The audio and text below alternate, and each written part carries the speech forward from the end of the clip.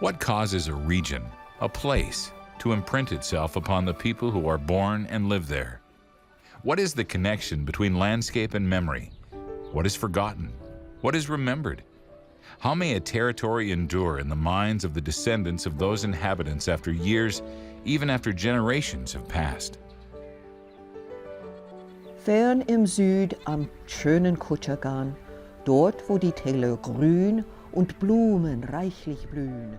Far to the south on the lovely Kutschergan, where the vales are green and flowers throng, where the song of birds in the woods resounds, there is my home, the land for which I long.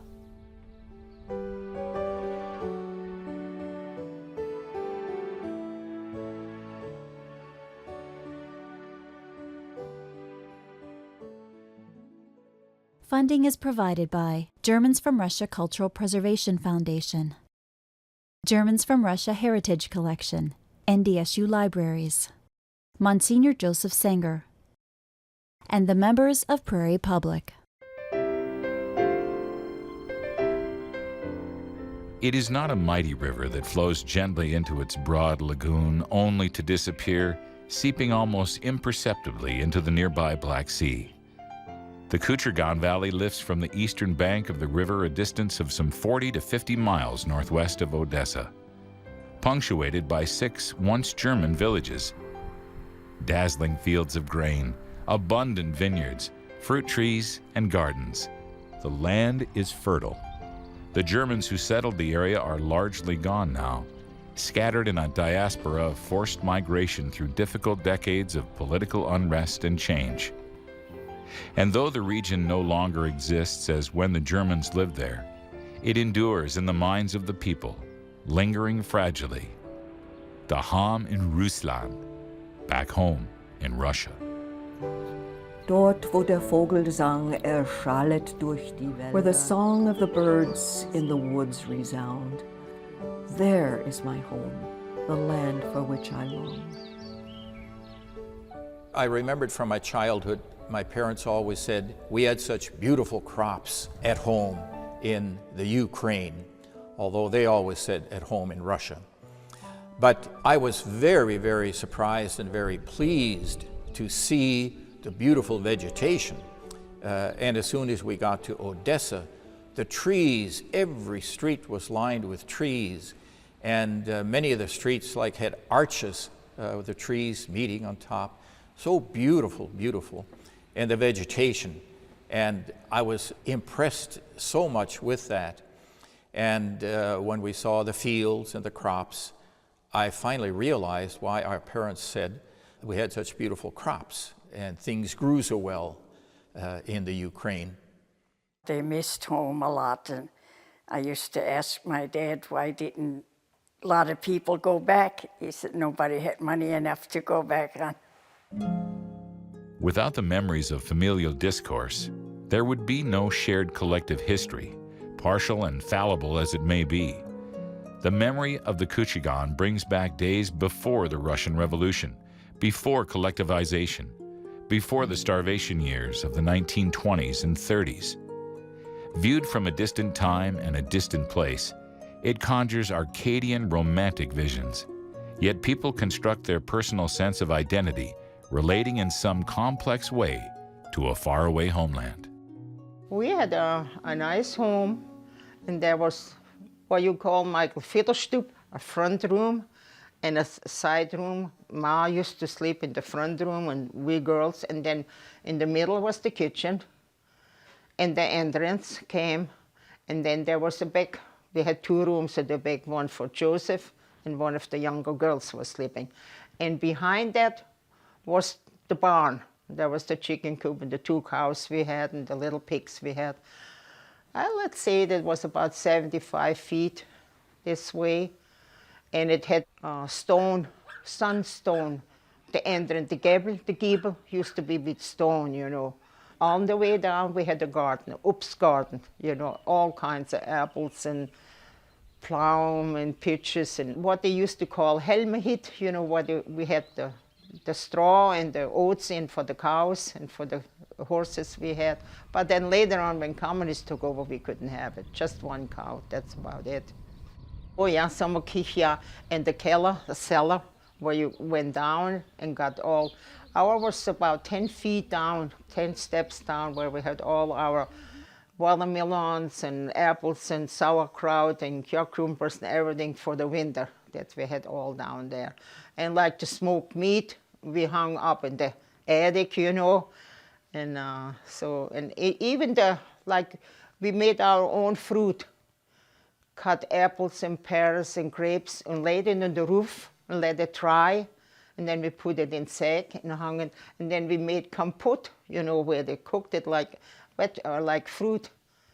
Oh yeah, we had flowers around, and like in Germany, they have the geraniums on the window, and that's we had too. Yeah, a lot of flower gardens, you know, raised our own flowers and stuff. I couldn't understand how they could grow grapes because the country was basically the same as ours in terms of latitude and weather. However, practically every house has a trellis with grapes growing up the trellis. And that was, to me, was very moving to see grapes grow so beautifully. And of course, there they have crops like we do here, corn, potatoes, and wheat. My dad and his brothers and sisters, when they visited, they spoke a lot about growing up in, as they say, in Russia, in Ukraine. And yeah, they had lots of stories about their childhood, and they always talked about the great crops they had in the Ukraine. And so they often talked about the beautiful crops that they had at home, as they said, at home in Russia, daheim in Russland. In der Heimat meiner Jugend Glück hab ich mein Leben wie im Traum verbracht. In the homeland of my happy youth, I spent my life as in a dreamy state. From the Creator's hand it was bestowed. I left it only by the power of fate. The power of fate. In 1884, the first settlers from the Kuchigan left for America. As the Russian government took back privileges granted the German colonists long ago by Tsar Alexander, the Germans were forced to give up their native language and learn Russian. Worse yet, they were now liable for military service and at risk of being drafted into the dreaded Russian army. My grandfather, when they were left Russia, had 5 sons. The eldest, my father was the eldest of those. He was 16 years old. So one of the factors that made them come to America was that he was going to be supplying the Russian army with recruits for the next 20 years with all those sons. And they objected to that. He didn't want that, and you'll find that there are a lot of immigrants who came about the same time as he did. He came around 1900. There were some came a little earlier than that, and some later. But in all cases, the military service law was one of the factors. It wasn't the only one, because some of them came because they heard about the free land over here and so on. Father talked a lot about how nice it was, there's a fruit they had, and everything was so nice till they said there's a war coming up and it's going to be real bad. So they thought, they heard that it was such a nice country in America, and not settled at all, and a lot of people, and they started migrating over, and they all came over to America, and they landed in the States. The image of America played well with a dissatisfied people. As many left, others soon followed. Boatloads arrived in America between 1885 and 1920. There was advertising in Odessa. Oh yes, that brought a lot of them over here. Yeah. The first ones came that way, but then after that there was a lot of correspondence, and you see the shipping companies advertised in Odessa all the time. They found customers. When things started getting a little rougher, they began to see what was happening in terms of their rights being taken away. So starting from the late 19th century on through, you had the people coming over here and exploring what was available. And because everything south from Texas on north was gradually taken over, what was left was northern South Dakota and North Dakota and then on up into Canada.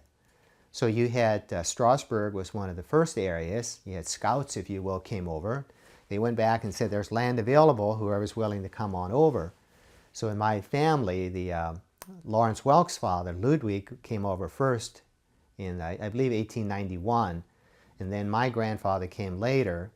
And then they lived together, actually, west of Strasburg. But because they both were blacksmiths, they were in competition for business. So my grandfather moved east of Strasburg, about 10 miles, and set up shop there. But my dad and my oldest uncles, they did the farming. A new landscape in the Americas offered new opportunities. Old skills of farming and tilling the soil adapted to a new environment. They had farmed in Russia. They would farm in America. For some, it presented a sensual, pleasant experience. Oh, I love farming very much, and I observe nature, and I watch the crops grow when I drive over from Velva to Karlsruhe. Every day I would try to check how much the crops grew, or when they were sprouting and when they were starting to turn, getting kernels and so forth, because I observe nature very closely. For instance, when I smell cutting hay, or when I smell the threshing, it's a very beautiful sensation.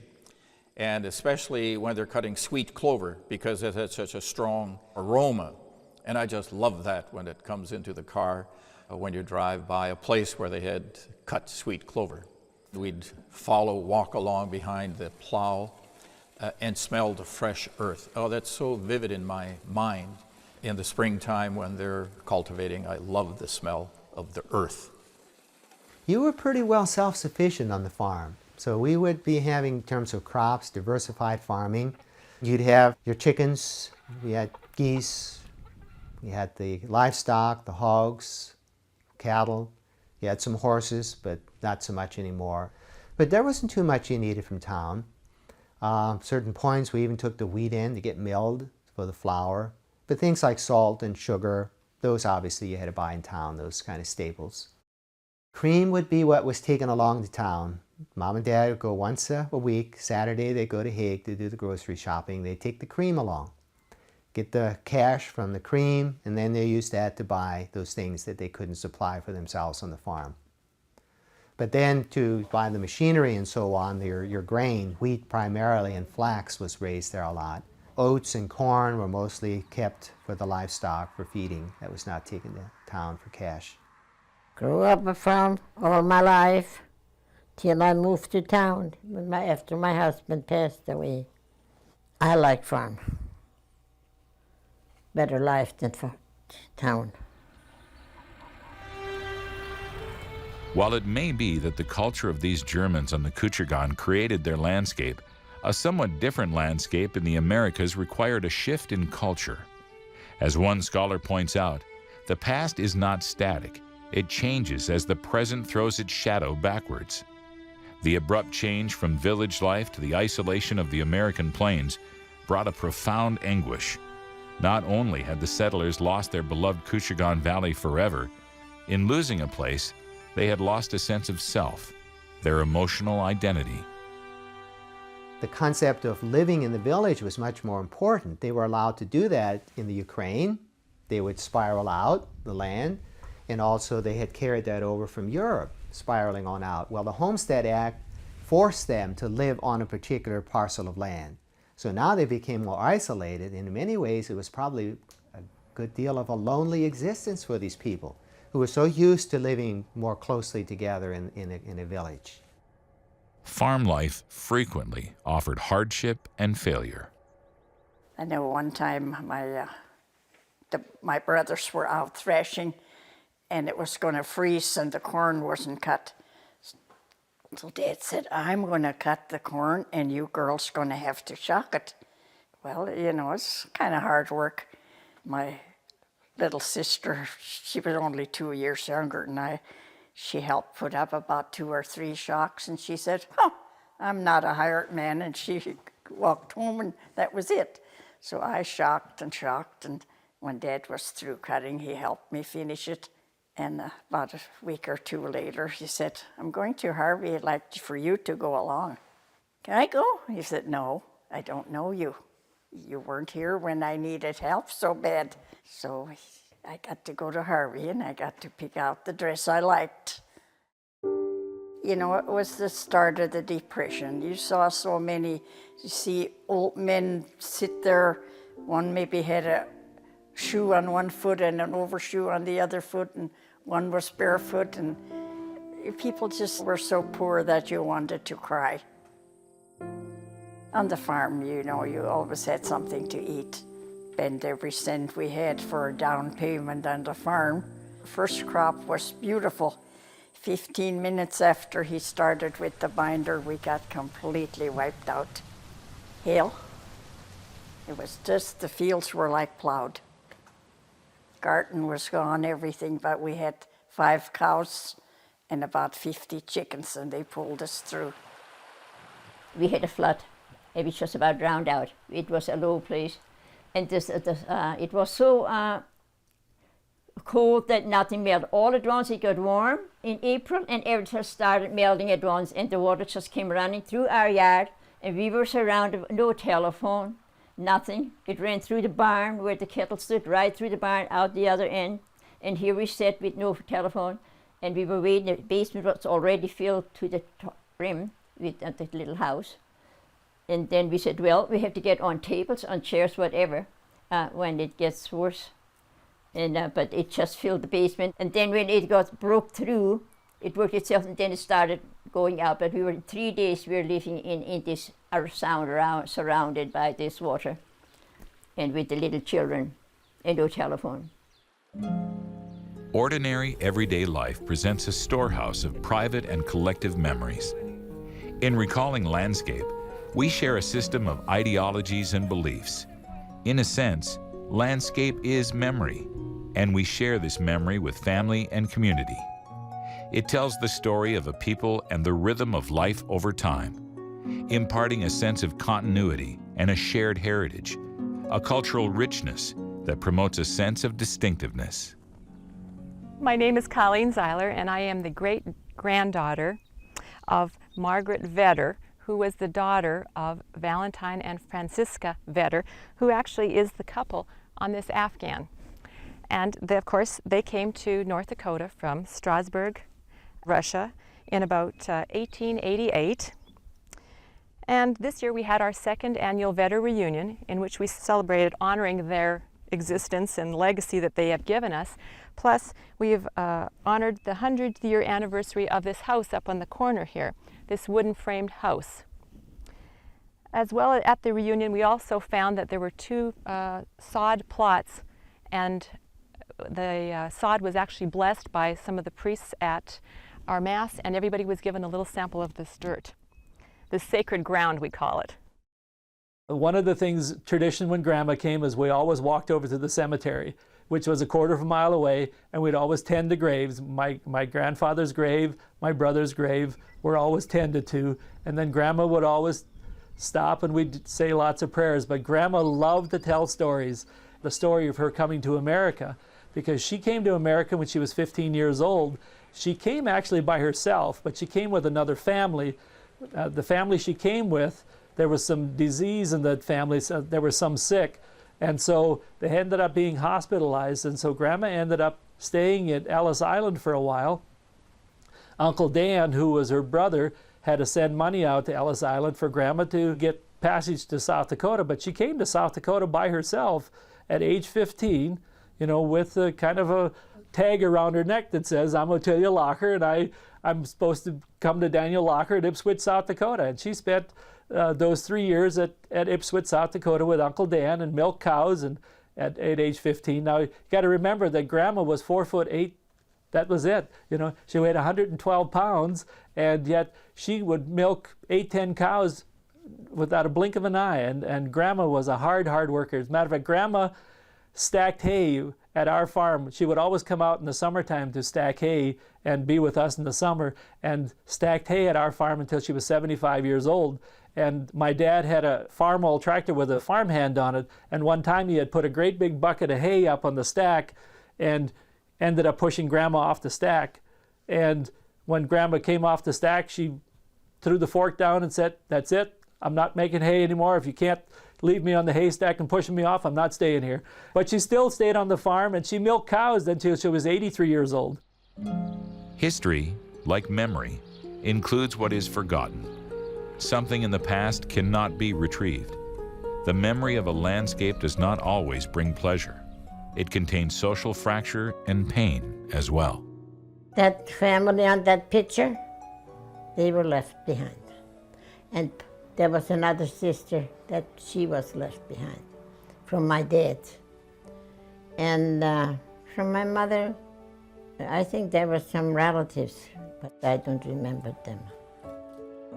O Kutschaghan, du stilles Tal, sei mir gegrüßt viel tausend. O Kutschaghan, O quiet valley, I call to you 1,000 times. Once again, the power of fate. War, revolution, famine, war again, destruction and dispossession, exile. The landscape of the Kutschaghan as it had been disappeared. Each trauma drove a few more people away, to America, to Germany, to an unknown destiny. The families that remained in Russia suffered the immeasurable consequences of the October Russian Revolution. Collectivization, years of deliberate starvation, Stalin's purges, then the tragedy of World War II. In the end, their villages were emptied of German inhabitants, and what was left of the Kutschaghan was no longer what it was, except as it was stored in memory. There when the revolution started, and they rounded all up some rich people, you know, and they took them all to cells. They took them out leadways in the prairie, and it was a valley, and it was 120 people. One lady was with 2 from Strasbourg, the other one from Franzfeld, and from a fooder, you know, Fischer Franz. And they took them all, and a priest was in between those people, and he shot them all. And that priest got up and gave the blessing yet. And I bet to this day, there's not a one grass growed in that spot. There was just like a bloodbath in that valley. That was in cells, that happened in cells. That's the way they got the people. Hardships under the communist government continued through the decades. It started in the 30s already. In the 30s when there was starvation, there was wheat and there was vegetable and there was everything growing, but we couldn't have it. They came and took everything away. So if you wanted to don't starve, you had to go to the kolkhoz, collective. In the 30s, when communists took over, that's what they took all the people away. See, first they took the teachers away, then they took the people who was little smart and helped other people. Then they took the priest away. My father died in May the 5th, and he was the last person who got buried in Strasbourg. Then they took Father Kopp away. He was from Krasny. And from that time on, they start to demolish the church. Throw the bells down, then the steeple down. Everything, the statue, the big organ, everything was hauled out and burned. And they made a show hall out of the church. And our church, I think 600 people it held it with the pews. But then when the Germans came in, so they helped us again. But it didn't take long, it only took 2 years. Then German had to leave again. Well, they said, you were out on your own. There's nobody can help you. The events of the diaspora were not lost on the Kutschaghaners living in North America, but the memory of these events became too painful to hold. Gradually, the Ham in Ruslan, back home in Russia, was suppressed by the mind and the memory grew numb. Our people did not talk very much about Russia. Seemed to gradually forget it altogether. When I was small, they used to speak at the Hem in Rusland. They still called it home, the Hem in Rusland.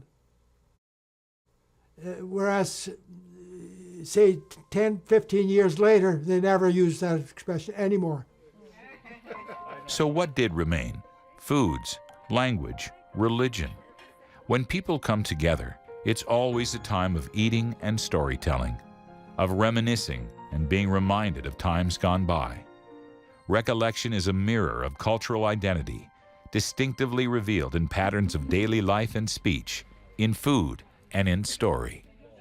We and all our neighbors all spoke German. We lived in an area where there were a lot of Germans from Russia. I heard no English in my home when I was a child. Well, it was very evident when we started school, because actually we could probably speak some words of English, but we normally and automatically spoke German. And of course, in school, we had to speak English. And if we spoke German, we were punished and had a right to stay after school. When we were out playing ball, we would shout in German, but when we went into the school, we'd have to speak English. And of course, thank God that the teachers had patience with us and taught us English. First of all, it was the German-Russian family that had its own customs, you know, food and the cooking and the language and all of that. Going to school, one-room school, didn't know any English. Teacher was pretty rough. Anytime you spoke German, you had garden hose, you got slapped on your hand with it. So I was a pretty quiet little boy the first year. And really, truth be known, I didn't learn much English. When I went off to high school seminary in Ohio, I was really at a deficit. And that's basically where I learned my English, was going off to the prep seminary. It was a good school. We learned real good. We had a good teachers. And we wasn't supposed to talk German, but we went outside and we still talked German. But then the teacher didn't hear that. But we managed well. We had to learn that way. Learn English, what we could, and talked German with it. So that's the way we grew up. Oh, a lot of them had the 8th grade, finished the 8th grade. Oh, yeah. And then they went further. Oh, the ones that wanted to go to take more school, they could take more. But there were very few German ones that went at that time. My mother had a very severe surgery, and she ruptured, and so she needed the help. So I pretended that I didn't want to go to school, and I stayed home too. The doctor said, "Your mother will live if she has complete peace of mind." So what could I do? I quit school. Many of the pioneers were illiterate, or nearly so. So when you had somebody like my father, he had had a year of high school in Russia. So when they set up a school, they had to elect a school board. Well, they needed somebody who could read and write to be secretary. Well, my dad was picked for that. And so he was secretary of the school board for quite a few years, until the younger generation came along that passed to other families, you know. I was the first one in our neighborhood that went on to high school. The first one. When I was at high school age, you had to go away, and many people couldn't afford that. I can observe in my hometown, if I go to the bar and if I sit down and talk to somebody, I really have to speak more directly. I have to speak in more declarative sentences. This is really tricky, actually, because I think that people back home think very complexly. And that could have something to do with Germanness. You think about the German language and the way they build these words that are just conglomerations of words within words within words. And that reflects a way of looking at the world. And what the people back home manage to accomplish is they think that way about the world, but they communicate in very elegant, pared down sentence structures. When I come back to the writing table and think about my creative writing that I do, I always try to get my voice back to the voice that speaks to the people from back home. Speaking to the people back home included not only the spoken language, but the language of music, the rhythm of the dance echoing the rhythm of seasons and work. The funny part was this building is still standing here in Balta, and the dance hall was upstairs, and when enough of us danced, the hall went like this. Every time we went, my dad would say, well, when I hear it collapsed, I'll come and look for you in the bunch. But it was fun. We had a lot of house parties. We'd have a party at our house, then the next week maybe the neighbors would have a party, and then the other neighbors, whoever had the dance there, would serve a nice lunch. Sometimes we got to have it at the schoolhouse. Somebody would play the violin or somebody the accordion, or sometimes it was just a record player. Weddings were a tradition in the German families. If you turned 14, you got to start going to wedding dances. From when I was 14 till I was 20 years old, there was a wedding dance every Friday night. So you got to go to the wedding dance. My dad would give us 50 cents and say, don't spend it all in one place. And we would go to the wedding dances. And my mother said, well, if you're going to go to wedding dances, you have to learn how to dance. There's no sense going to a wedding dance if you don't know how to dance. So my mother taught us how to dance at a young age, at 14, 15 years of age. So when we go to the dance, we could actually dance with the girls. It was always free, and they passed a hat around 11 o'clock, and you would throw in, you know, a quarter, 20 cents, whatever, and they always seemed to collect for the band and stuff, but it was always a lot of fun. Wedding dances always traditionally had the waltzes, the two-steps, and the polkas, and occasionally there was a schottische. In those days, people knew how to dance, and they always danced in a circle. We'd make all the wedding dances, and we'd always say, well, if you're going to go to meet girls, you have to go to Balta or go to Berwick. They always had lots of girls. If you wanted to get into a fight, you could always go to Karlsruhe to the dance, because there was always a fight at every Karlsruhe dance. I don't know why, but there always was. And Oren always was a fun party, always. In days before television, families needed to invent diversion. I remember when my brother bought the first radio, little radio about so high. We all sat up all night listening to the songs. We were so happy. I played the organ, and I taught my children on my knee to sing. In the evenings, there was no radio, no nothing. In the evenings after supper, they were on my knee in a big rocking chair. One head to the left, the other two were sitting on the side, and I sang to them.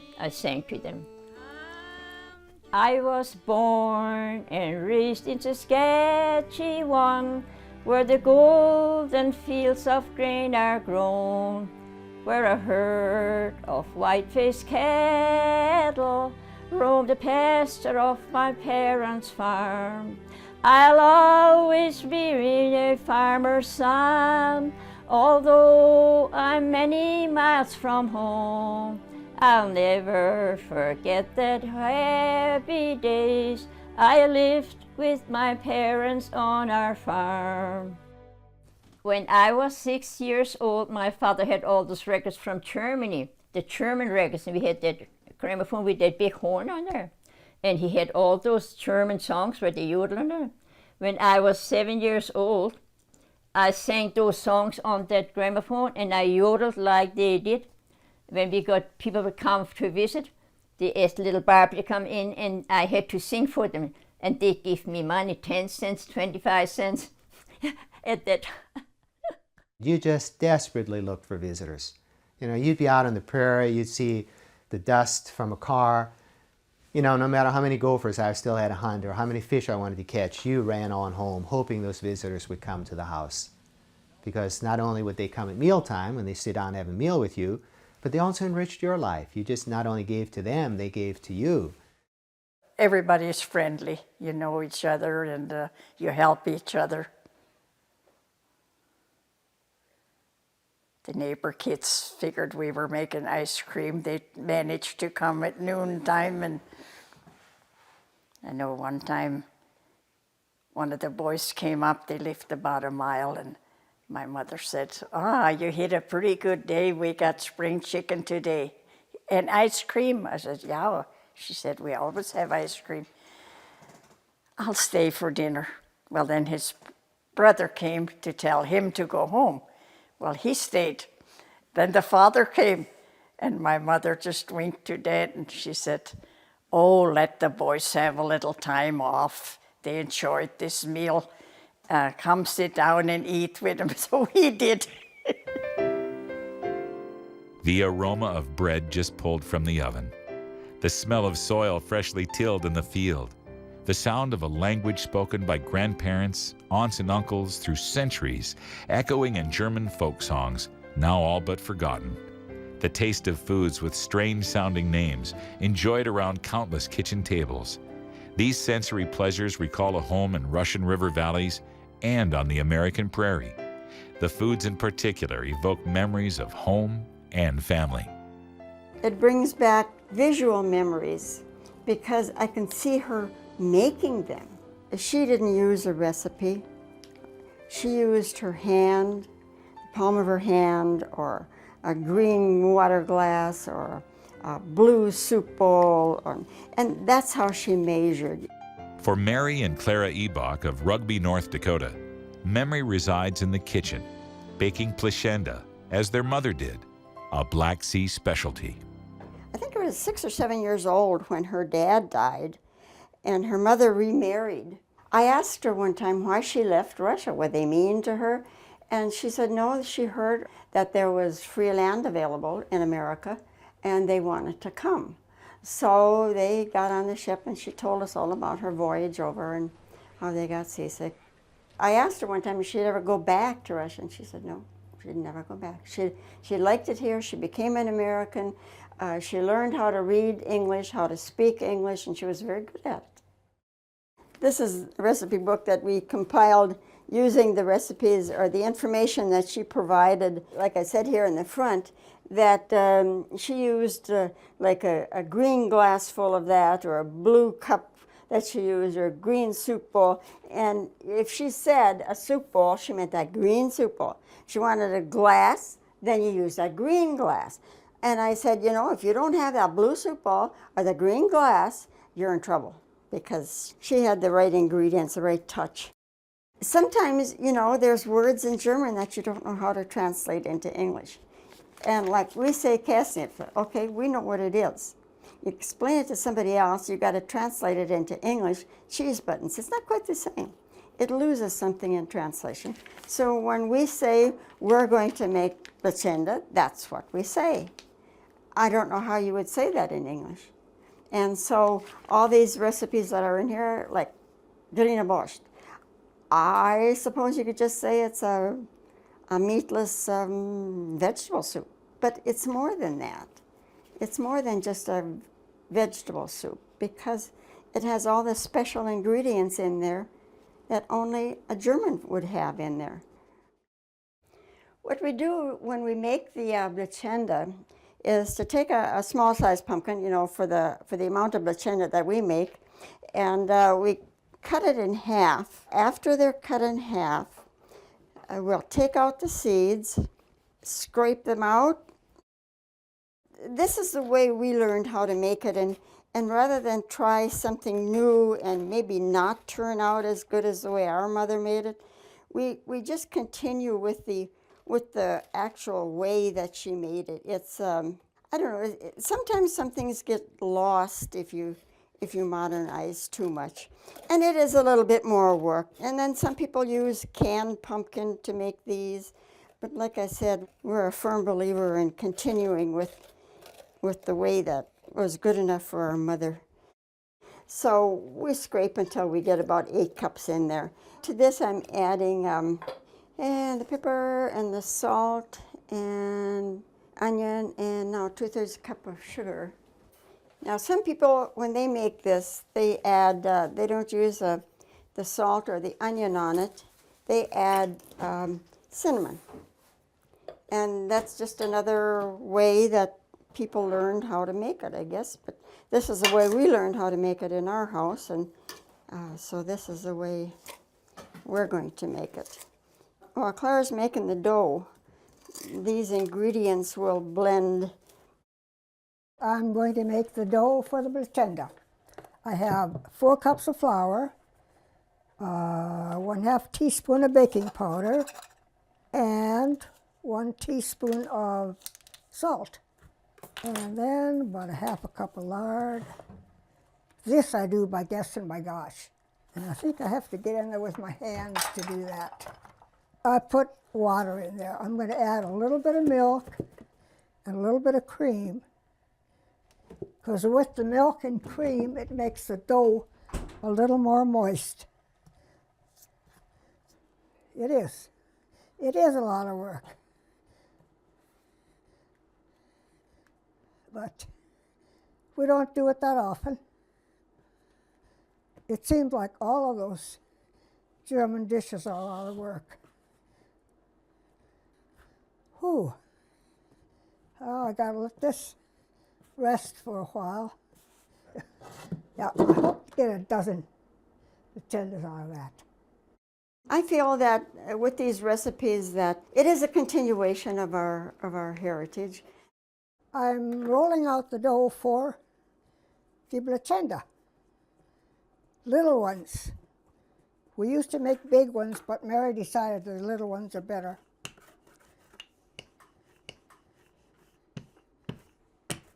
Well, now we're going to start the second process of making the blichenda, and that is to fill them. Got to stir it up a little bit because it has blended pretty good. They're nice and soft. Pinch them together.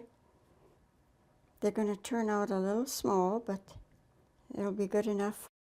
We have them set at 375 and leave them in for 20 to 30 minutes, depending on how fat I need them.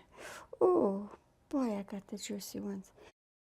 And then, of course, with the blichenda, we ate them. You can eat them just by themselves.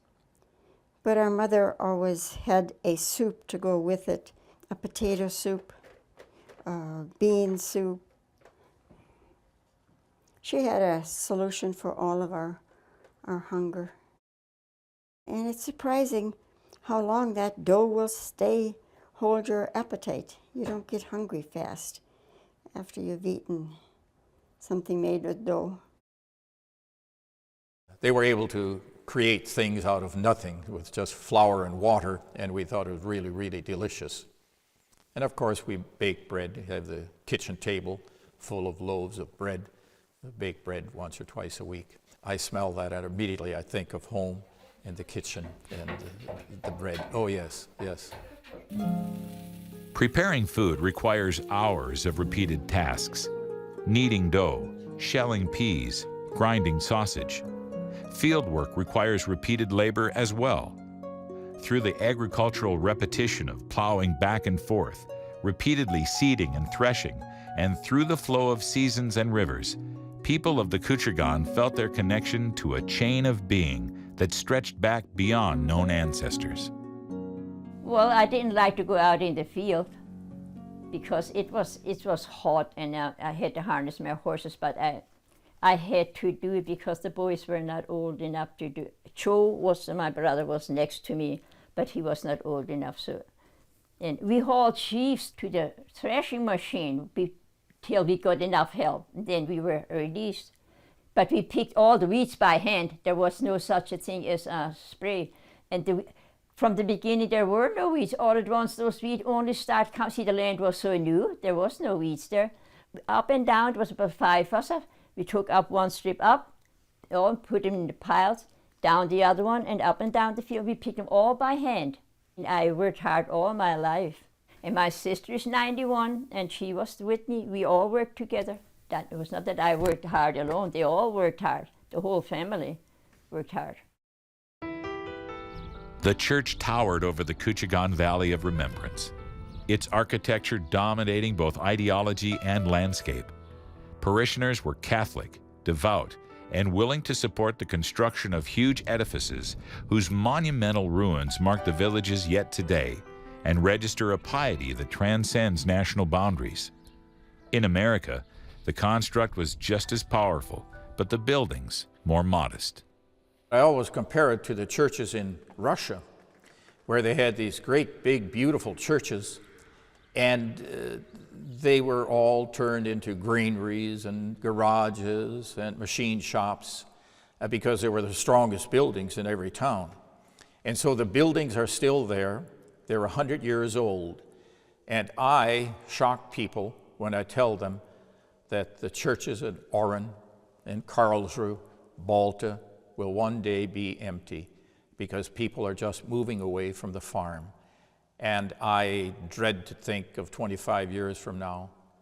I think this church here where we are won't be in operation in 25 years.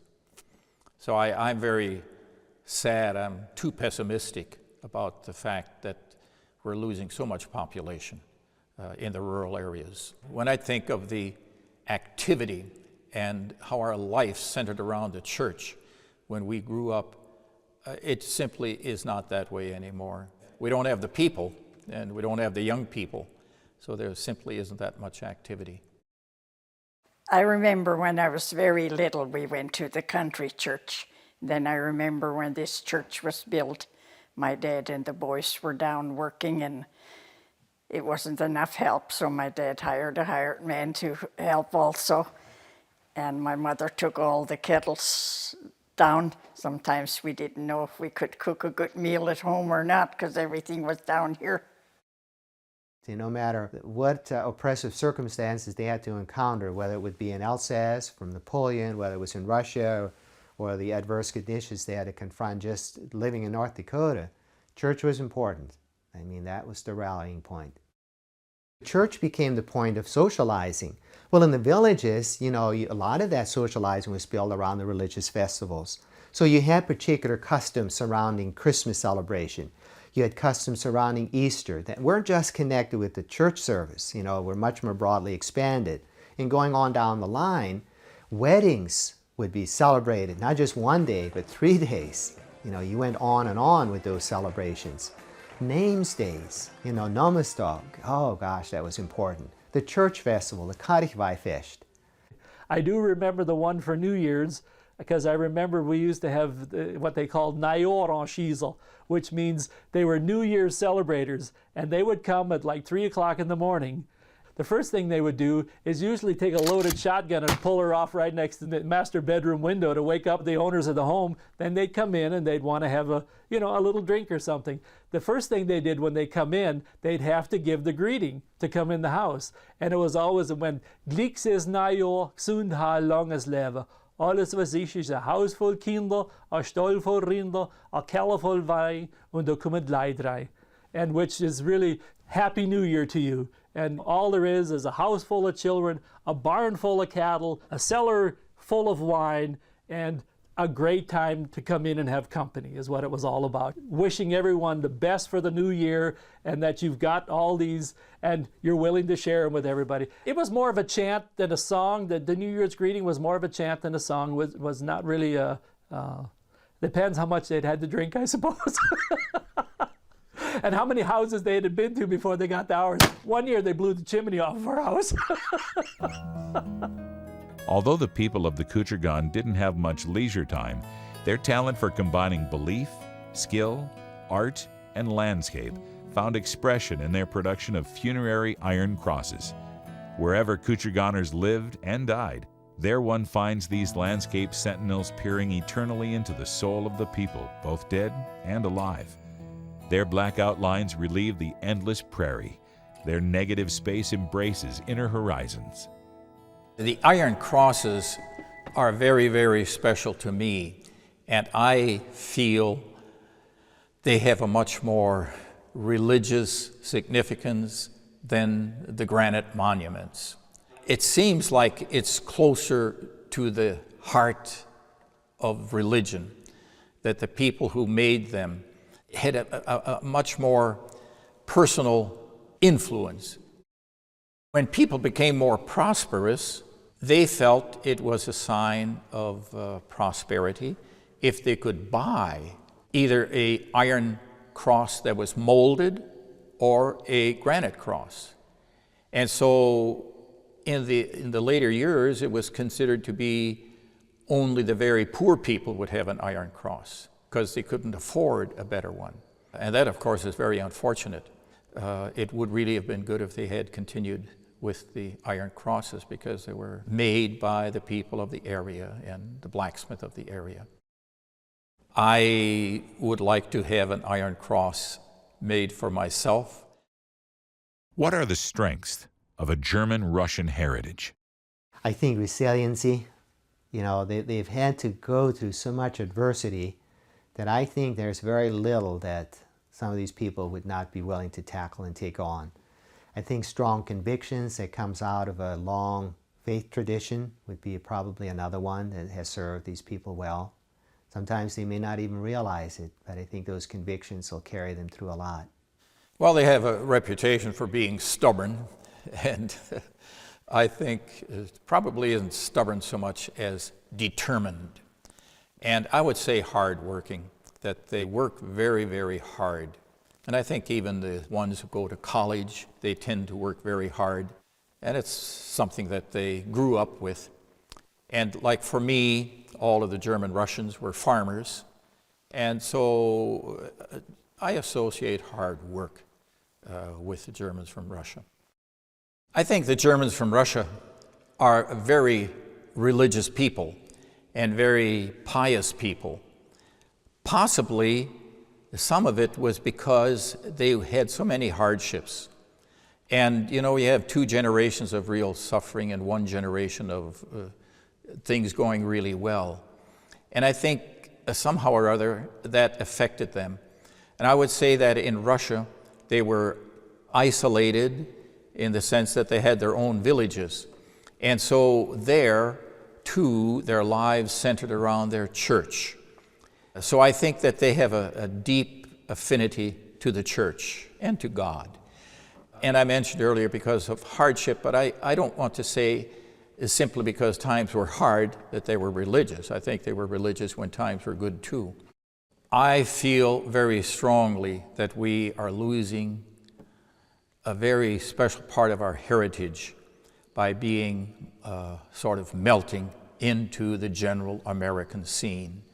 I wish that we could keep alive more of our German-Russian heritage. The Kuchergan exists today at the confluence of place and memory. How long it will persist depends on the power of memory, for the place of the past has disappeared.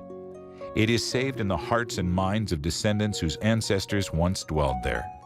It also lives on in traditions found on the Plains states and provinces of North and South Dakota, Manitoba, and Saskatchewan. One of the things that I'm trying to do is to resist 2 things that I think are dangerous for preservation of culture, and one is nostalgia and one is romanticism. I think actually our people were not a nostalgic people. I think they were people who knew that in order to survive you had to keep looking forward, and that the generations who came afterwards, we've maybe been a little too nostalgic because we were trying to correct that forward-looking impulse in our ancestors. And so nostalgia brings with it rosy glasses. I think we're at the beginning of this huge, new, rich wave of German-Russian culture, history, literature that is going to put German-Russian culture in its proper place in American culture. Because we'll have the tools in place, and I think slowly we'll be less hampered by this romantic instinct. What future historians and future writers will have to do is have to unpack all of those neatenings that have occurred and all those conflations for simplification. The worst thing that could happen is if the story were completely forgotten and completely erased. The people of the Kuchergan were united by their faith and by their agricultural foundation. It has been said that people who settled virgin land, as did the people of the Kuchergan at least twice in their common history, feel themselves to be performing an act of creation. Though scattered now, as the seeds and hulls of wheat they tended for centuries, people of the Kuchergan return almost as ritual to their prairie roots, hungry for their resonance of their sacrifices and successes. a renewal of a memory not yet lost, and that landscape not yet urban. O Kutschergan, du stilles Tal, sei mir gegrüßt viel tausendmal. O Kutschergan, O quiet valley, I call to you 1,000 times.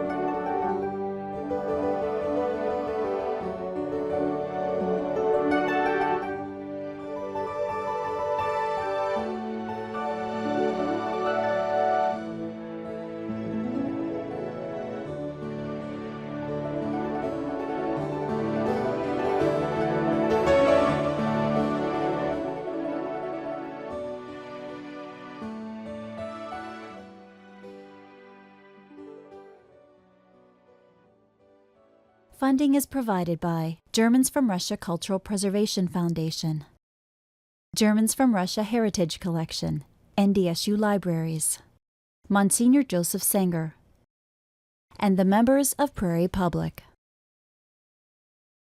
To order a DVD copy of At Home in Russia, At Home on the Prairie, call 1-800-359-6900 or visit our online store at www.prairiepublic.org and click on Shop.